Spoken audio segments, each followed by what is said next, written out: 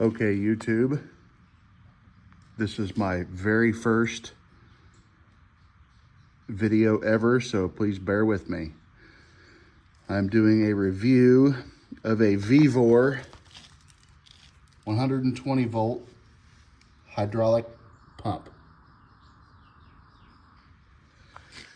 This is being used on my JMR Raceline hydraulic tube bender. I have a 14-inch stroke hydraulic porta-power ram. It is single acting, spring return. I bought the hydraulic pump with one solenoid. It's a single acting pump, and it has the foot pedal that controls the pressure and return. For whatever reason, Vevor includes two hydraulic hoses with this single acting pump. Lord only knows what they fit. They sure don't fit the standard connection on a porta power. I got the pump and filled it up with this 2 gallons of hydraulic fluid from Walmart. High quality stuff, I'm sure. I'm not gonna bore you with an unboxing video. It came in a box and I took it out. So nothing was damaged. It has a real light film of shipping oil all over everything, which is fine.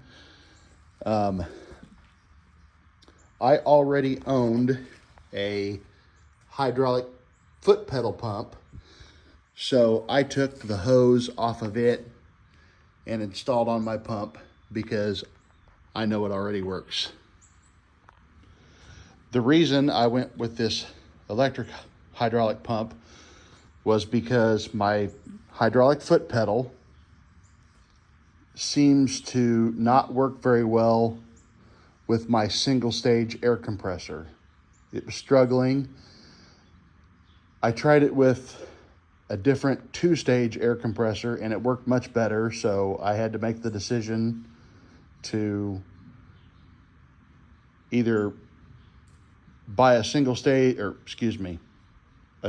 air compressor or go a different route. So I decided if I ever have a shop press or a hole punch, it might be best off to go ahead and buy the electric hydraulic pump. I was kind of skeptical after reading lots of reviews, but I did have some good reviews too, so I decided to purchase it. So I have turned it on. It primed instantly. All I did was fill it up with oil and turn the pump on for maybe 15 seconds and it was primed. You are watching the very first time I'm going to attempt to use it to bend tubing. This is 1-inch 063 wall tubing, so it's definitely not going to put a strain on anything. I'm sure if you're bending heavier roll cage stuff, it might put out a little more pressure, but the pump so far, just from running it, stroking the cylinder in and out, is a lot quieter than I expected. So here we go.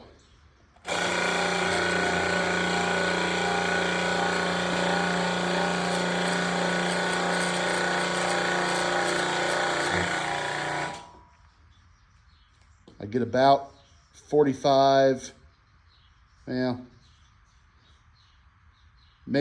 actually it's closer to 55 degrees out of the first stroke, which I'm not going to bend it any further than that, but it bent fast and it was really, really quiet. So I have to say at this point, I am pleased. And for the $80 some I spent on this pump, I'm really happy. I tried to find an inner pack on Marketplace or Craigslist. I didn't really have any luck. Just understand, if you buy a name brand pump, you're going to spend a whole lot more. So at this point, I'm kind of glad I went with this one. So anyway, I hope you enjoy this review. Oh, one other thing. As far as this connection, this block does take 3/8 NPT. I was afraid it was going to be some oddball metric tapered thread, but that was not the case. So I don't know what this other end fits, but just know the end that the hose connects onto the pump is 3/8 NPT. All right, thanks.